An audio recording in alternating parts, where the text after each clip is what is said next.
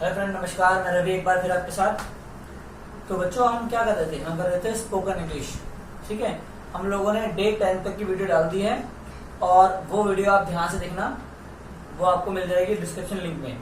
मैं हर नई वीडियो में उससे पिछली वीडियो का डिस्क्रिप्शन लिंक डालता हूँ। ठीक है, अब हमारा है आज डे 11 और जो आज का हमारा सेंटेंस है वो बहुत इंपॉर्टेंट है और वो बहुत ही ज्यादा यूजफुल भी है आप लोगों के लिए।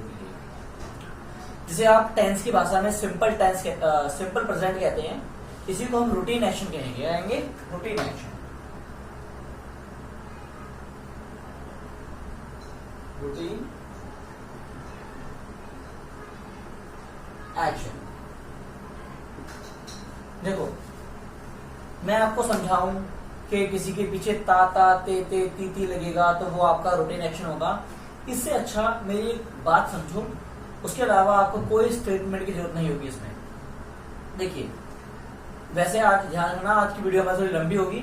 हो सकता है इस वीडियो में कंप्लीट ना हो तो मैं एक और वीडियो डालूं इसके लिए, वो डे 11 पार्ट 2 हो जाएगी। ठीक है, तो देखो, रूटीन एक्शन का मतलब, रूटीन का मतलब क्या होता है? जो हम काम करते हैं, जो रूटीन में करते हैं। रूटीन किस किस तरह का होता है, पहले रूटीन को समझ लेते हैं। देखो, रूटीन कई तरह का होता है। अगर मैं रूटीन को दो भागों में बांटूं, देखो, एक तो होता है रेगुलर। क्या होता है? रेगुलर।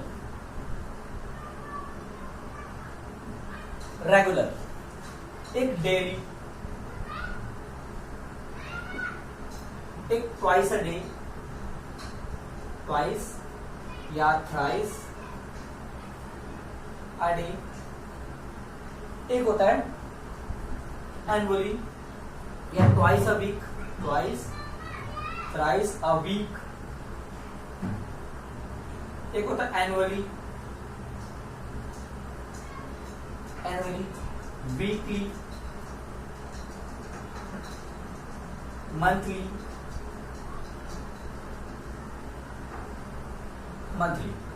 हिंदी में बोलेंगे तो इसको नियमित,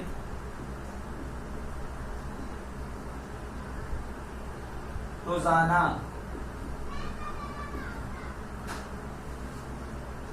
दिन में 2 बार या 3 बार, दिन में 2-3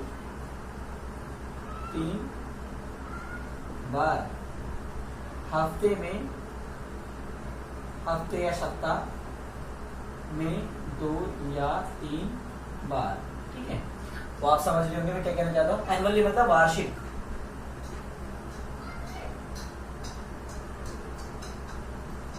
मंथली मतलब मासिक, और मंथली मतलब मासिक, बता दिया मैंने, मासिक। इसको मैं हटा देता हूं, मासिक। और वीकली मतलब साप्ताहिक।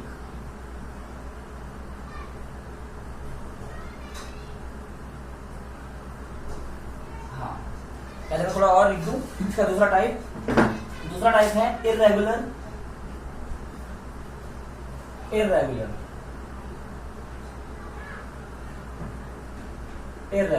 ऑफन, शेल्डम, रेयरली, ये समटाइम्स लिख लो, समटाइम्स, रेयरली, और यूजुअली।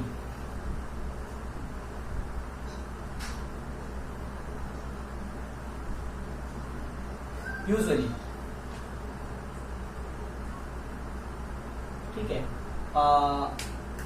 अब ध्यान देना, मैं आपको लिख देता हूं, मैं अनियमित लिख देता हूं, अनियमित। ऑफन का मतलब यथा कदा या अक्सर। शेल्डम मतलब यथा कदा, कभी कभार। समटाइम्स, कभी कभार।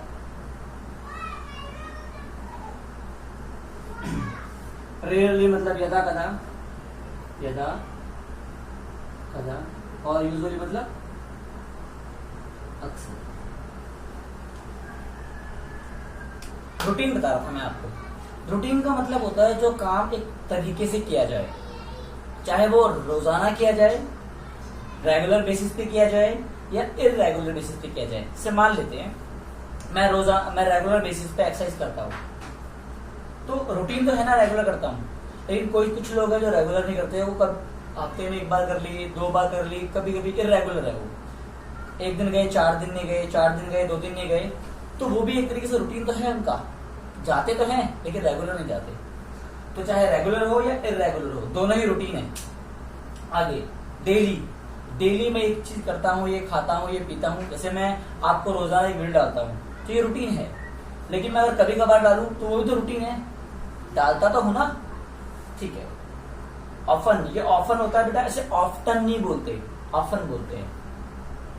Twice a day, thrice a day, once a day. Once मतलब 1 बार, ट्वाइस मतलब 2 बार दिन में, थ्राइस मतलब 3 बार। लेकिन 3 बार से ज्यादा बार आ जाएगा तो उसे फ्राइस वगैरह नहीं बोलते, 4 टाइम्स। क्या बोलते हैं? 4 times. Twice thrice a week, हफ्ते में 1 बार 2 बार। कई बार होता है ना, कुछ दवाई ववाई लेते हैं तो हफ्ते में 1 बार खानी होती है, 2 बार खानी होती है, तो वो भी रूटीन होता है। एनुअली, आपके स्कूल में एनुअल डे मनाते हैं, एनुअली। आप अपना बर्थडे मनाते हैं, एनुअली। साप्ताहिक, हर हफ्ते में आप एक वीक हॉलीडे मनाते हैं, वीकली हॉलीडे। जैसे कि संडे को मनाते हैं, कुछ लोग मंडे को मनाते हैं, जैसे इसका पॉसिबल हो। मासिक, मंथली आपको डे मनाते हैं, हाँ एक तो बना ही लेते हैं आप, सैलरी डे हर मंथ में आपको मिलती है, ठीक है। चलो, अब इरेगुलर में आपको बताइए, अगर मैं कोई काम नियमित रूप से ना करके कभी कभार करूं, अगर मैं बोलूं मैंने ये काम किया था तो ये रूटीन नहीं है। लेकिन मैं बोलूं मैं कभी कभी ये करता हूं ना, कभी कभी, लेकिन रूटीन है वो मेरा। अनियमित तरीके से करना, अक्सर करना, अक्सर करता हूं मैं, अक्सर वहां जाया करता था, वो काम करता हूं अक्सर। सेल्डम मतलब यदा कदा, कभी कभी। समटाइम्स का मतलब भी कभी कभी। रेयरली मतलब यदा कदा, रेयरली ही मैं वहां जाता हूं, लेकिन जाता तो हूं ना, रेयरली। यूजुअली के स्पेलिंग में यू आएगा बच्चों, जल्दी लिख दिया होगा मैंने, हो जाता है कई बार। कल वो जल्दी मैंने वो हैव अ सीट में हैव अ शीट कर दिया था, वो SEAT होगा, वो गलती से मैंने ऐसे लिख दिया होगा ST, लेकिन वो क्या होगा SEAT, शीट, ठीक है। मेरे मन में कुछ चल रहा होगा तो थोड़ी बहुत मिस्टेक है, वो हो जाती है पढ़ाते कई बार, आप थोड़ा ध्यान रखिएगा इसका, ठीक है।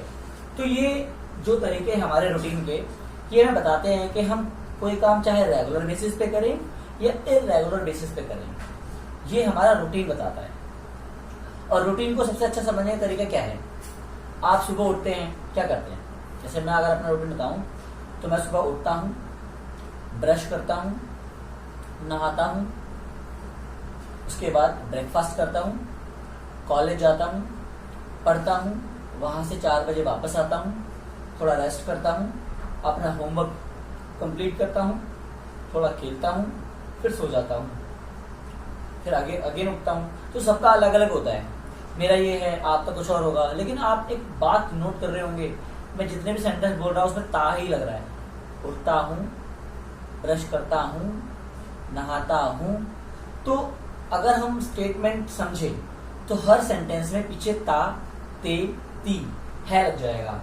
वैसे बता रहा हूं, कोई ज्यादा यूज नहीं है इसका, लेकिन फिर भी मैं बता रहा हूं, सेंटेंस हमेशा ता, ते, ती पर खत्म होगा ज्यादातर, ठीक है। तो ये भी एक पहचान है, लेकिन जरूरी नहीं है, आप थोड़ा कंसेप्ट समझिए। ता, ते, ती लगेगा तो रूटीन एक्शन है, इसे प्रेजेंट इंडेफिनिट भी कहते हैं, लेकिन मैं टेंस आपको बताऊंगा। लेकिन जरूरी नहीं है यही लगे, आप बस समझ लो कोई आप चीज, जो कोई भी काम आप कर रहे हो रेगुलर बेसिस पे कर रहे हो या नहीं कर रहे हो। रेगुलर मतलब चाहे वो मंथली रेगुलर हो, वीकली हो, डेली हो, कैसे भी हो सकता है, या कभी कभार हो, लेकिन वो होना चाहिए। तो जरूरी नहीं है जो चीज रेगुलर हो वही रूटीन में है, इरेगुलर वाली चीज भी रूटीन में होती है, ठीक है। चलो थोड़ा सा हम इसका स्ट्रक्चर देख लेते हैं, जरा स्ट्रक्चर क्या होता है रूटीन का। स्ट्रक्चर भी थोड़ा सा कॉम्प्लिकेटेड है, लेकिन मैं आपको बिल्कुल समझा दूंगा अच्छे से आज। इसको उतार लेना कॉपी में उतारोगे, लिखोगे, ज्यादा दिन तक रिटेन रहेगा आपके ब्रेन में, ठीक है। और आपको बाद में अपने छोटे भाई बहनों को पढ़ाने में, उनकी हेल्प करने में बहुत ही यूजफुल होगा, ठीक है। तो हाँ, तो जरा देखो एक्शन, अगर हम एफर्मेटिव या सिंपल की बात करें, मैं लाइन डाल देता हूँ कि समझानी है मुझे आपको। एफर्मेटिव या सिंपल, नेगेटिव, इंट्रोगेटिव और इंट्रोगेटिव नेगेटिव। देखिए सबसे पहले आता है सब्जेक्ट, फिर आती है वर्ब की फर्स्ट फॉर्म, देन ऑब्जेक्ट। ठीक है, अब नेगेटिव थोड़ा ना नीचे लिख देता हूं। नेगेटिव में आता है सब्जेक्ट, उसके बाद डू नॉट, क्या आता है डू नॉट, फिर वर्ब की first form, then object. Do not को हम डोंट भी कह सकते हैं। डोंट कौन सी फॉर्म होती है? कॉन्ट्रैक्टिव फॉर्म। एक इसे कॉन्ट्रैक्टेड फॉर्म बोलते हैं। क्या बोलते हैं? ये होती है कॉन्ट्रैक्टेड फॉर्म। ये कॉन्ट्रैक्टेड फॉर्म होती है। कॉन्ट्रैक्टेड फॉर्म का मतलब जैसे did not, didn't, does not, doesn't, ठीक है, are not, aren't, can not, can't, ये सब कॉन्ट्रैक्टेड फॉर्म होती है। तो एक वर्ड है, याद रखना, कॉन्ट्रैक्टेड फॉर्म होती है। ठीक है, ये थोड़ा साफ नहीं है, आपको मैं थोड़ा क्लियर कर देता हूँ। वर्ब की फर्स्ट फॉर्म, देन ऑब्जेक्ट। ठीक, अब इंट्रोगेटिव फॉर्म आएगी तो क्या करेंगे हम? डू आगे आ जाएगा, फिर सब्जेक्ट आ जाएगा आपका, फिर वर्ब की फर्स्ट फॉर्म, देन आपका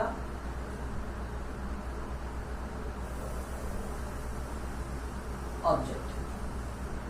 और अगर इंट्रोगेटिव नेगेटिव, जो कि बहुत कम यूज होता है, अगर ये आ जाए तो आपको डू, सब्जेक्ट,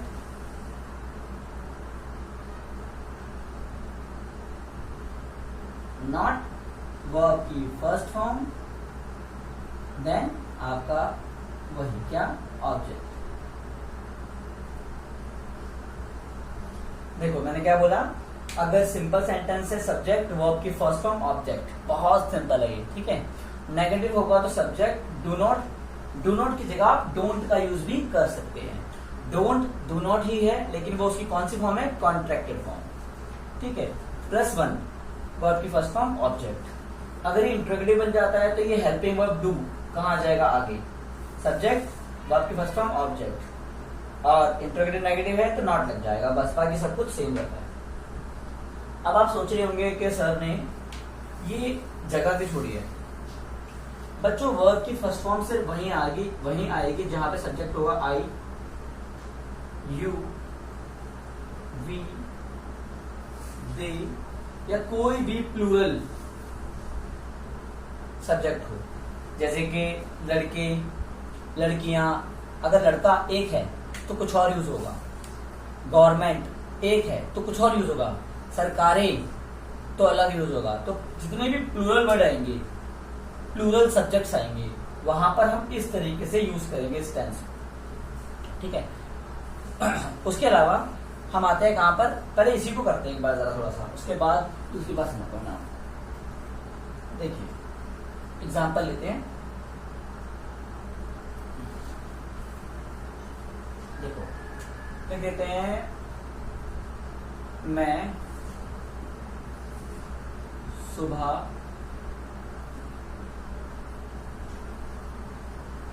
उठता हूं। तो मैं, आई है तो यही यूज होगा, आई get up in the morning, in the morning, I get up in the morning. ठीक है, अगर मैं बोलूं हम ब्रश करते हैं,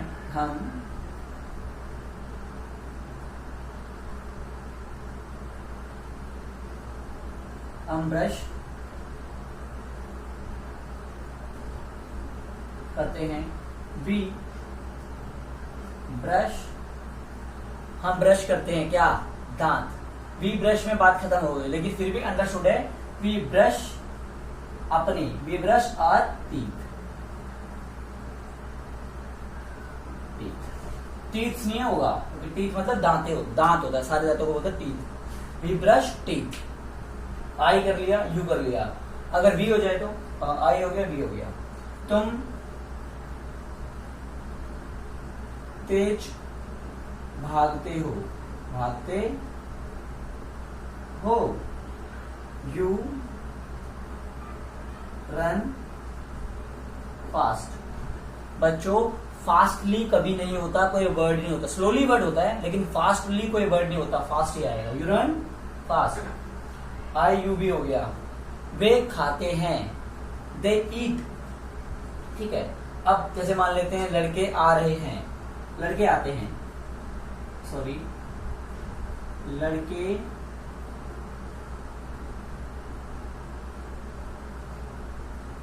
खेलते हैं।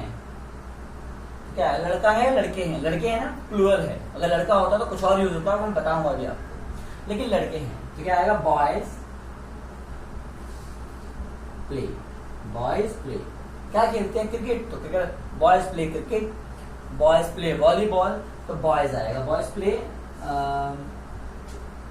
लड़के, मैं लिख देता हूं यहाँ पर, लड़के लूडो खेलते हैं, लूडो खेलते हैं। Boys play ludo, boys play ludo. ठीक है, तो जितने भी प्लूरल है मैंने उसको लेके बना दिया। अगर नेगेटिव होगा, मैं सुबह नहीं उठता हूं, तो आई डोंट या I do not get up in the morning. और हम ब्रश नहीं करते, we do not brush our teeth. तुम तेज भागते हो, यू डू नॉट या डोंट भी लगा सकते, यू डोंट रन फास्ट। लड़के लूडो नहीं खेलते हैं, boys do not play ludo. ठीक है, तो ये आपको समझ में आया होगा। अब मैं आपको दूसरा कंसेप्ट होने वाला हूं, क्योंकि देखो आप सोच रहे होंगे आई यू वी दे आ गया, ही शी इट कहां गया, या कोई नाम कहां गया। अगर वो कंडीशन आती है तो थोड़ा चेंज हो जाएगा। चलो एक बार करते हैं, चलो इसको बिठा देता हूं मैं, आपने ये कर ही लिया होगा।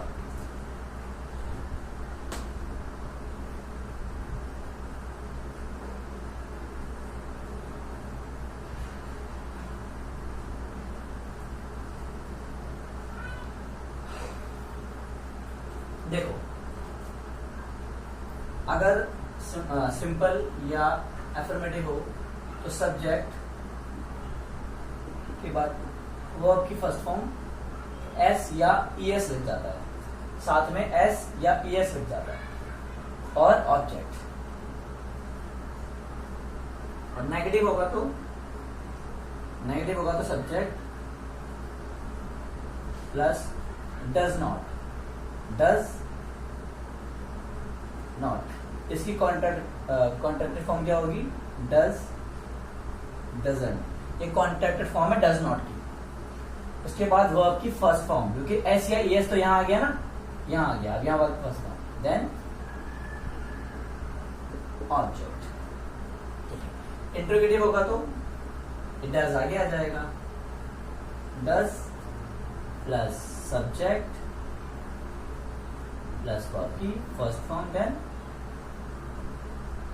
ऑब्जेक्ट। ठीक है, और इंट्रोगेटिव नेगेटिव होगा तो वही अपना तरीका, डज सब्जेक्ट नॉट वर्ब की फर्स्ट फॉर्म, देन आपका ऑब्जेक्ट।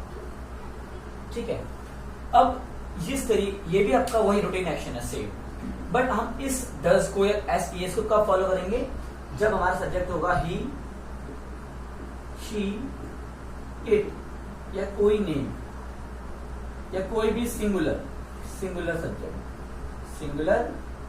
सब्जेक्ट। जैसे वहां लड़के था ना, अगर लड़का आएगा तो हम इस तरह के सेंटेंस को यूज करेंगे। अभी मैं आपको बहुत सारे एग्जांपल कराने वाला हूं उसके, तभी आपको क्लियर होगा। चलिए, ही पता ही आपको कहा सकता है, इट के लिए एक बार देख लो, ज्यादातर आपको कहाँ यूज करना है, नॉन लिविंग थिंग्स में। कहाँ करना है, नॉन लिविंग थिंग्स में। और नेचुरल चीजों के नाम के आगे, नेचुरल थिंग्स, पेड़ पौधे, और एनिमल के नाम के आगे। बस इतना याद रखो, बाकी हम बाद में करेंगे इसको। It is a tiger, it is an elephant, ठीक है, कुछ भी लगा सकते हैं आप। तो आपको समझ में आ रहा होगा, थोड़ी सी खींच हो गई है, कोई बात नहीं। सब्जेक्ट वर्ब के first form S object. Negative में सब्जेक्ट, डज नॉट वर्ब की first form object. Does not को हम डजंट भी बोल सकते हैं, क्या बोल सकते हैं, डजंट, ठीक है। डज सब्जेक्ट वर्ब की first form object, does subject not verb की फर्स्ट फॉर्म ऑब्जेक्ट। और इट का यूज कहां कहां होता है, मैंने बताया आपको।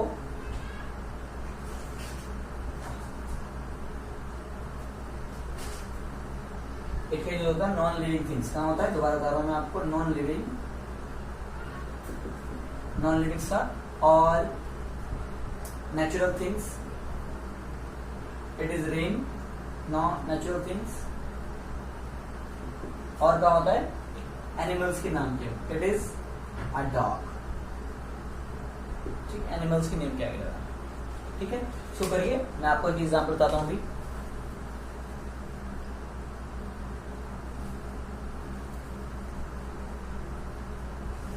हाँ, तो चलिए एग्जाम्पल लेते हैं जरा इसका, बता दूं इसको, चलो इतना रहने देता हूं। देखो एग्जाम्पल है, सरकार देश का कल्याण करती है, सरकार देश के कल्याण के लिए कार्य करती है, ठीक है। तो क्या बोलेंगे, द गवर्नमेंट,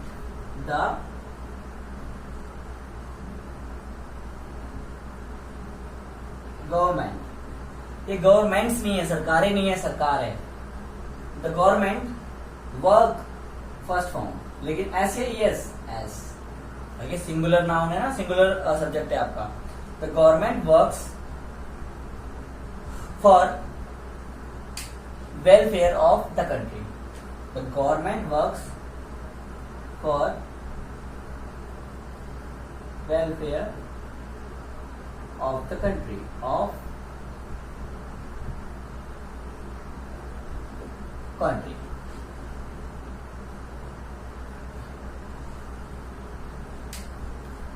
ठीक है। The government works for welfare of the country. अगर ये गवर्नमेंट्स होता तो यहाँ ईएस नहीं आता, क्योंकि ये क्या बन जाता, प्लूरल। नेगेटिव बनाएंगे तो क्या बनेगा, अगर इसका सरकार देश के कल्याण के लिए कार्य नहीं करती, द गवर्नमेंट डज नॉट, तो डजंट कर दूं, डजंट, तो वर्क का बन जाता वर्क्स, वर्क्स का बन जाता वर्क, बाकी सेम रहता, बाकी सेम सेम सेम सेम और सेम, है ना, सिंपल। चलिए एक और करते हैं, इसको मिटा देता हूं मैं।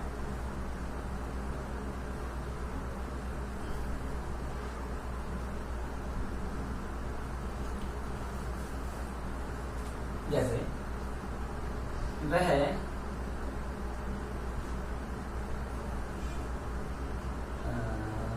दिल्ली में पढ़ाती है, वह दिल्ली में पढ़ाती है। शी टीच आना चाहिए ना, लेकिन सी टीच। पढ़ाने के अलावा हम करते हैं, एक मिनट, पढ़ाना हमने बहुत बार पढ़ लिया ना। वह दिल्ली में रहती है, तो सी लिव, ये लिव आता है, लेकिन ऐसा तो लिव्स आ जाएगा। She lives in Delhi, she lives in Delhi. अगर मैं बोलूं वह दिल्ली में नहीं रहती है, वह दिल्ली में नहीं रहती है, तो आएगा शी डज नॉट या डजंट लिव इन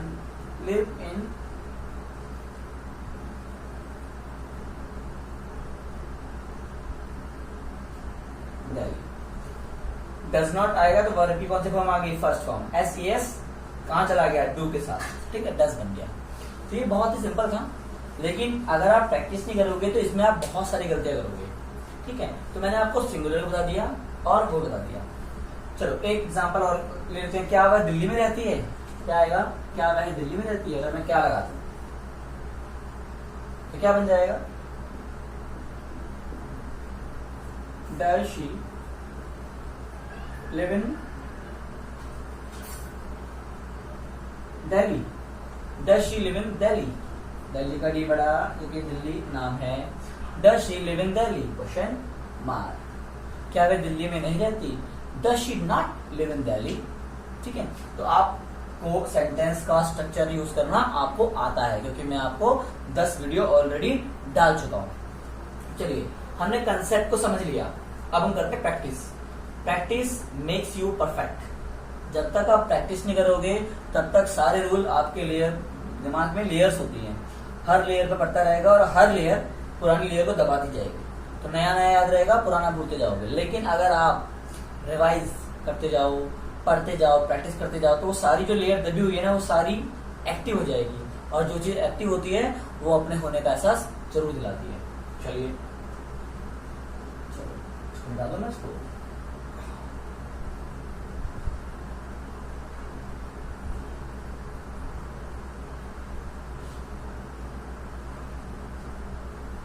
चलिए एक हम वो बनाते हैं अपना पूरा शेड्यूल कि हम क्या क्या करते हैं दिन में, उसके हिसाब से हम लोग बनाएंगे। देखो, अगर मैं बोलूं कि मैं सुबह उठता हूं तो I get up in the morning, ये रूटीन है मेरा। I get up in the morning. उसके बाद मैं क्या करता हूं? I brush my teeth. I brush my teeth. क्या कहता हूं मैं? आई टेक ब्रेकफास्ट। टेक की जगह हम हैव भी लगा सकते हैं, ठीक है।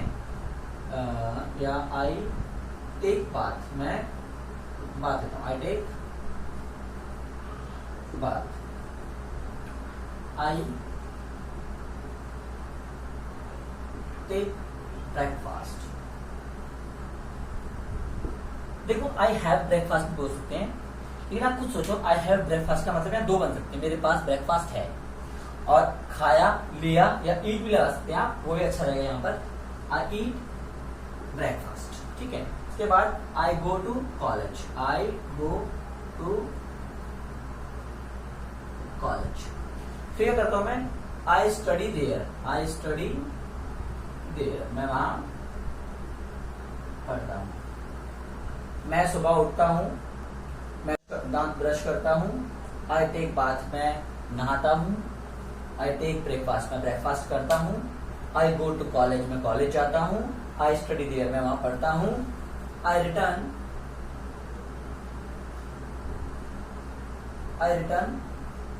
4 PM, मैं 4 बजे वापस आता हूं, ठीक है। एट लगा दो तो अच्छा रहेगा आपके लिए। आई रिटर्न एट 4 PM, ठीक है। फिर आई हैव लंच, मैं लंच करता हूं।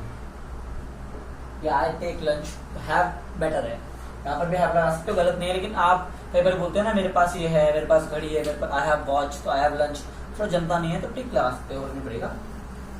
आई हैव लंच। उसके बाद I take rest. I take some rest, मैं थोड़ा रेस्ट लेता हूं। उसके बाद I play something. I play cricket, क्योंकि बॉयज ज्यादातर क्या खेलते हैं? क्रिकेट। गर्ल्स कुछ भी लगा सकते हैं। तो आप समझ रहे होंगे मेरी बात को, मैं क्या कहना चाह रहा हूं कि हम पूरे दिन में जो जो करते हैं रूटीन, चाहे वो रेगुलर बेसिस पे करें या इररेगुलर बेसिस पे करें, वो सब रूटीन में आता है। उसमें सब्जेक्ट फर्स्ट फॉर्म, देखो आई है, अगर वी होता तब भी इसी तरह वर्ब आती। आई यू, वी होता, यू होता, दे होता या कोई प्लूरल होता तो भी इसी तरह की फॉर्म्स आती। लेकिन अगर ही होता तो क्या आता? I gets up, sorry she gets up, he brushes his teeth, he takes, he goes, क्या होता? goes, he studies, he returns, he has, he takes, he plays, तो अगर ही शीट होगा तो एस या ईएस लग जाएगा वर्ब के साथ, जो कि मैंने आपको बता दिया है। यही माइनर सा फर्क होता है रूटीन एक्शन में। हमें ध्यान रखना पड़ता है कि सब्जेक्ट क्या है। सब्जेक्ट सिंगुलर फॉर्म में है तो एस या ईएस वर्ब के साथ आ जाएगा, और नेगेटिव है तो डज हो जाएगा। और अगर प्लूरल की फॉर्म में है या आई यू बी दे है तो वो वर्ब की फर्स्ट फॉर्म रहेगा और नेगेटिव में डू और डू नॉट यूज होगा। ठीक है ना। चलिए और थोड़ा सा करते हैं। एक मैं सोच रहा था आप लोगों को थोड़ी चीज करा दूं कि हम कई बार ना पैराग्राफ को बना नहीं पाते। पैराग्राफ लेता हूं छोटा सा, मैंने लिखा हुआ है अपने आप से, और उस पैराग्राफ की इंग्लिश बनाते हैं हम लोग। ठीक है, जरा इसको देखो, मैं जरा देखूं।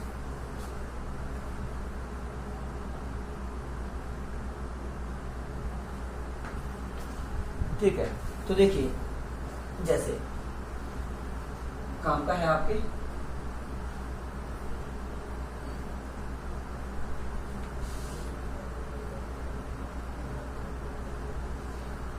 हमारे माता पिता हमें प्यार करते हैं। हमारे माता पिता हमें प्यार करते हैं। वे हमारे लिए सब कुछ करते हैं। वे हमारे लिए सब कुछ करते हैं। वे हमारी भलाई चाहते हैं। वे हमारी भलाई का मतलब अच्छा।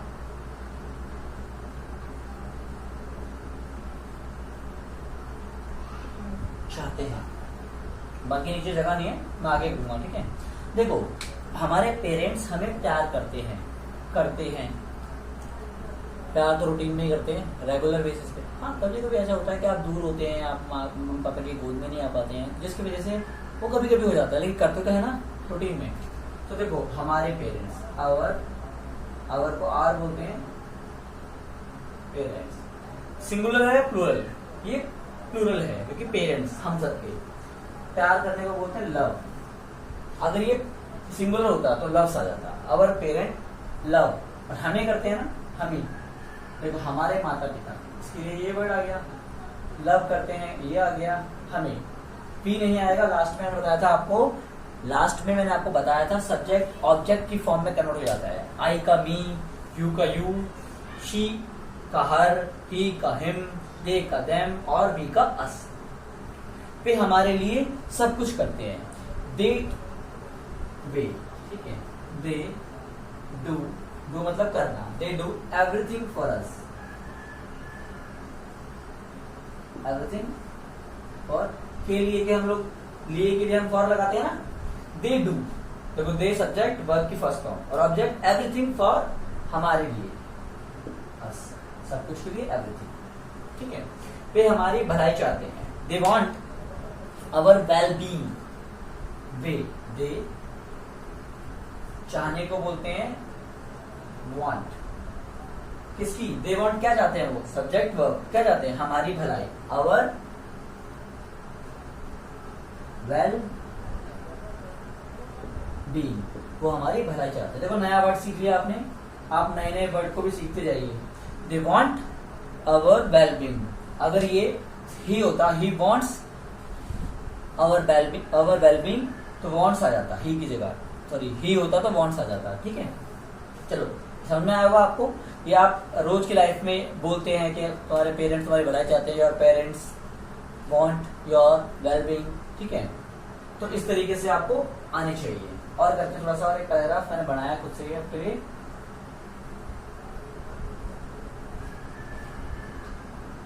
चलिए क्या करते हैं, वे हमें पढ़ाते लिखाते हैं और एक दिन हमारे लिए कोई और ज्यादा महत्वपूर्ण हो जाता है। वे हमें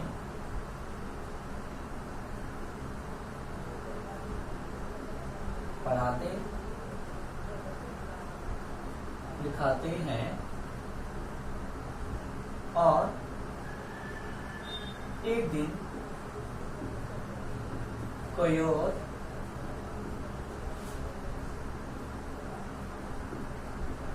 हमारे लिए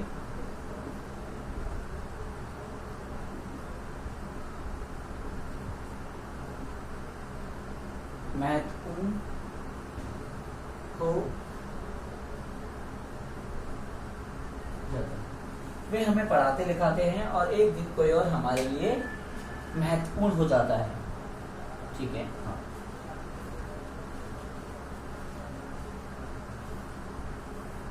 देखो, वे हमें पढ़ाते लिखाते हैं। वे मतलब दे, तो देखो दे। अब हम खुद पढ़ते हैं, से बोलते हैं लर्न या स्टडी। टीचर हमें पढ़ाते हैं तो टीच, क्योंकि टीचर हमें प्रॉपरली पढ़ाते हैं। क्या हमारे पेरेंट्स हमें प्रॉपरली पढ़ाते हैं? नहीं ना, वो हमें पढ़ने लिखने के लिए भेजते हैं। तो इसके लिए हम क्या वर्ड यूज करें? देखो, अगर ये वर्ड टीचर के लिए आता तो टीच आता, हमारे खुद के लिए होता तो हम इसे स्टडी बोल देते। लेकिन ये टीचर के लिए नहीं है, ये किसके लिए है? पेरेंट्स के लिए। तो दे एजुकेट अस, वो हमें पढ़ाते लिखाते हैं। देखो कितनी इजी है ना इंग्लिश, इतनी बड़ी हिंदी और इंग्लिश में छोटा सा। एंड एक दिन, one day, some other person, some कोई और, some other person, some other person, and one day some other person, some other person, कि एक बंदा है कोई, सब नहीं एक, सम अदर पर्सन बिकम्स, देखो बिकम्स, ऐसे एस आ गया ना, सिंगुलर आया तो subject, some other person becomes more important, more important for us. और ये भले ही मैं मजाक में करा रहा हूं, लेकिन ये सच है। आप सभी मेरी बात समझ रहे होंगे, ठीक है? लेकिन ध्यान रखना, ये यही होते हैं, ये तो आते जाते रहते हैं, ठीक है? And one day some other person becomes more important for us. आगे आते हैं। याद रखिए, लोग आपकी जिंदगी में आएंगे और जाएंगे, लेकिन आप दूसरे माता पिता नहीं पाएंगे। चलो मैं आता हूं यहां पर,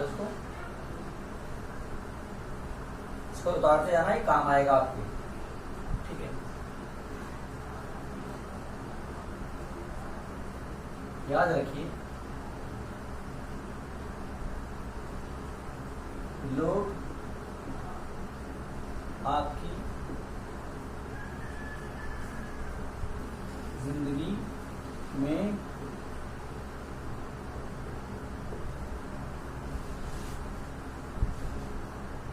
आएंगे जाएंगे, आएंगे और जाएंगे,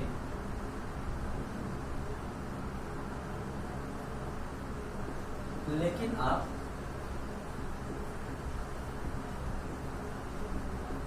दूसरे माता पिता नहीं पाएंगे। याद रखिए, लोग आपकी जिंदगी में आएंगे और जाएंगे, लेकिन आप दूसरे माता पिता नहीं पाएंगे। रिमेंबर, देखो फ्यूचर है ये, आएंगे और जाएंगे। Remember, people will come and go in your life, but you will not get other parents. याद रखिए, रिमेंबर,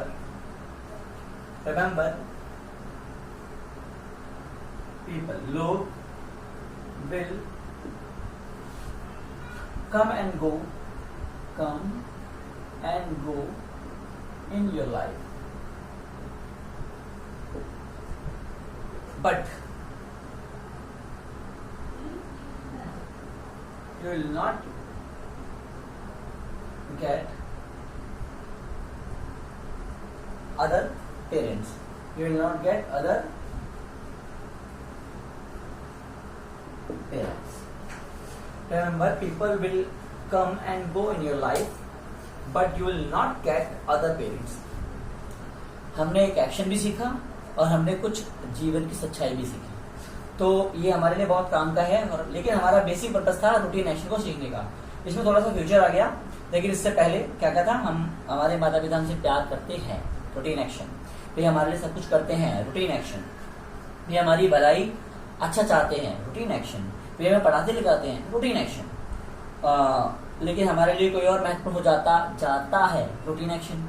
तो सब कुछ रूटीन एक्शन पढ़ाया मैंने आपको, लेकिन कई बार हम लाइफ में या डेली भाषा में पैराग्राफ को यूज भी करते हैं, तो आपको समझ में आया होगा। ठीक है, आज हमने काफी सारे एग्जाम्पल किए हैं, लेकिन थोड़े से रह गए सिंगुलर वाले, वो भी कर लेते हैं। मैंने आपके लिए लिखे हुए हैं।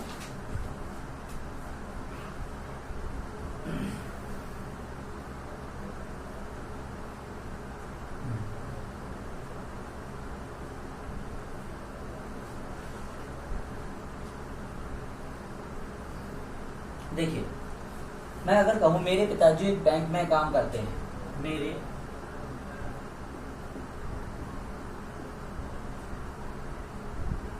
पिताजी एक बैंक में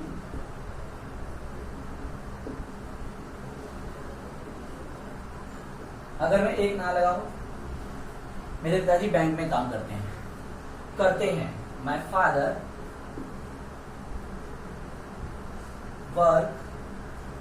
वर्क्स आएगा, क्योंकि पेरेंट फादर कौन है, एक है। My father works in the bank. क्यों लगाया बच्चों? क्योंकि बैंक तो बहुत सारे, लेकिन आपके पेरेंट्स जो आपके फादर हैं वो किसी पर्टिकुलर बैंक में काम करते हैं ना, इसलिए। चलिए आगे बढ़ते हैं। हमारे संविधान में 6 हमारे मौलिक अधिकार, देखो 2 तरीके से बोल सकते हैं। हमारे संविधान में 6 मौलिक अधिकार हैं, या हमारा संविधान 6 मौलिक अधिकार सुनिश्चित करता है, मतलब करता है। देखो बात एक ही है, लेकिन बोलने के तरीके बदल जाते हैं। तरीके बदलने से लैंग्वेज बदल जाती है। तो बात वही है कि संविधान में 6 मौलिक अधिकार है, या हमारा संविधान कहता है कि 6 मौलिक अधिकार है। देखो इसको नेगेटिव बोलेंगे, क्या बोलेंगे? My father does not work, my father does not work, not works, work आएगा, ठीक है ना, कि एस यहां आ गया। My father does not work, और बाकी सेम इन द बैंक, ठीक। और ए होता था इन अ बैंक। चलिए एक और करते हैं हम लोग।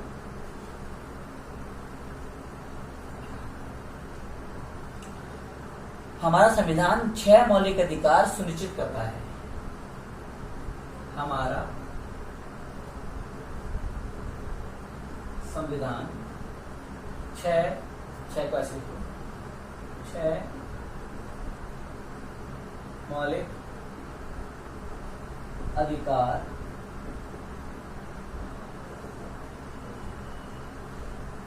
सुनिश्चित करता है। तो देखो शॉर्टकट में हमने समझ लिया ना, तार है इसमें भी, लेकिन सुनिश्चित करता है।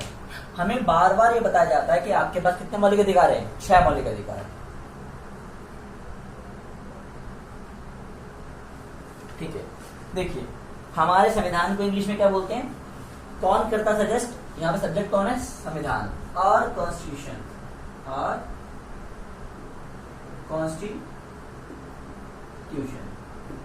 कॉन्स्टिट्यूशन एंश्योर ये होता, सुनिश्चित मतलब होगा एंश्योर करना। देखो एक और वर्ड आप सीखे, लेकिन यहाँ पे कॉन्स्टिट्यूशन एक है, बहुत सारे हैं, एक है, सिंगुलर है, एंश्योर्स। और कॉन्स्टिट्यूशन एंश्योर्स क्या? Ensures 6 fundamental rights. क्या करता है? 6 fundamental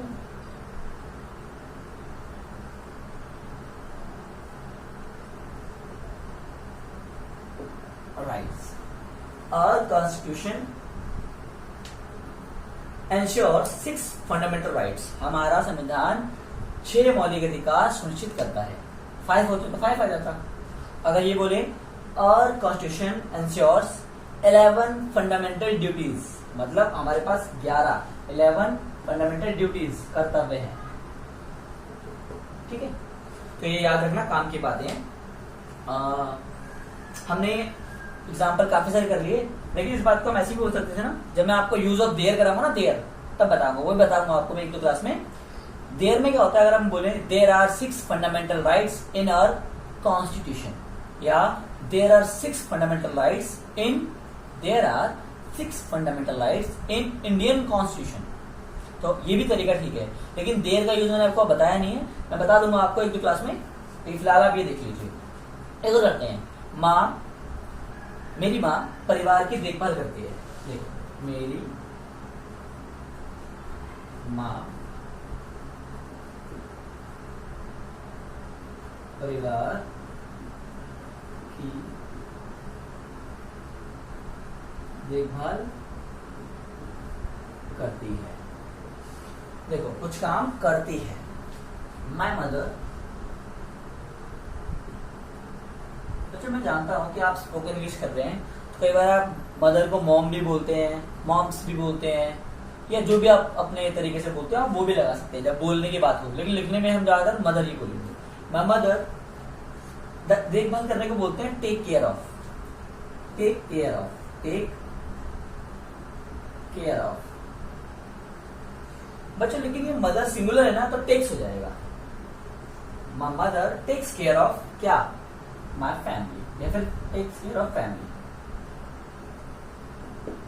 my mother takes care of my family या द फैमिली, क्योंकि फैमिली तो बहुत सारी होती है, लेकिन आपकी माँ कौन सी फैमिली करती है? आपकी फैमिली। तो या माय फैमिली बोल सकते हो या द फैमिली बोल सकते हो। इस टेक्स केयर की जगह आप लुक्स आफ्टर भी लगा सकते हो। देखो, लुक आफ्टर का मतलब ये होता है देखभाल करना। लुक आफ्टर, यहाँ पर सिंगुलर है तो लुक्स लग जाएगा, लग जाएगा लुक्स। अभी देखो, लुक्स मतलब देखना और आफ्टर मतलब पीछे पीछे। तो देखो, आपने देखा होगा कि घर में छोटा बच्चा होता है तो माँ उसके पीछे पीछे लगी रहती है उसको देखभाल करने के लिए। वो देखती रहती है और पीछे पीछे लगी रहती है।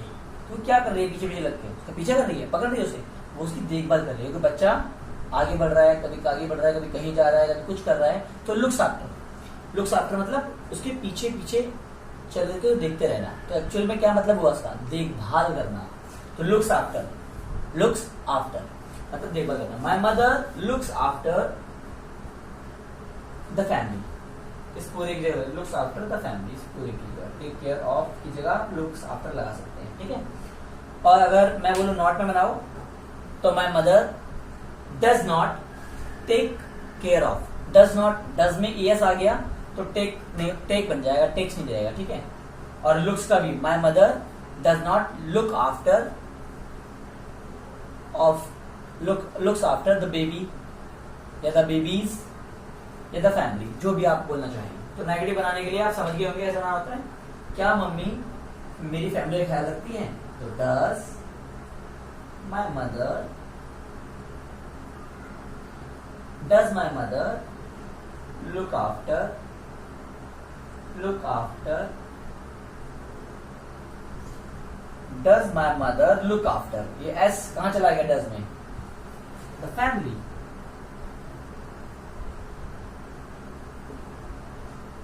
ठीक है। तो आपको आई होप आज की वीडियो अच्छी लगी होगी, और हमने आज की वीडियो काफी लंबी बनाई है।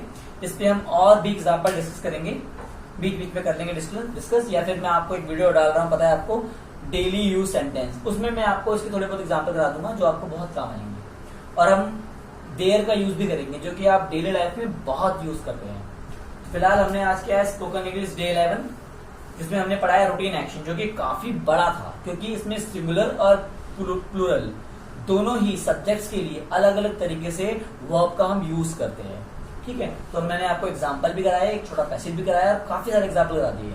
तो आप वीडियो को अच्छे से देखिए। अगर छोटी मोटी कोई गलती हो तो उसे भूल जाइए, क्योंकि मैं जल्दबाजी में लिखता हूँ कई बार। लेकिन पढ़िए और सबको पढ़ाइए भी, बोलिए भी, प्रैक्टिस भी कीजिए। मिलते हैं अगली वीडियो में। Thank you.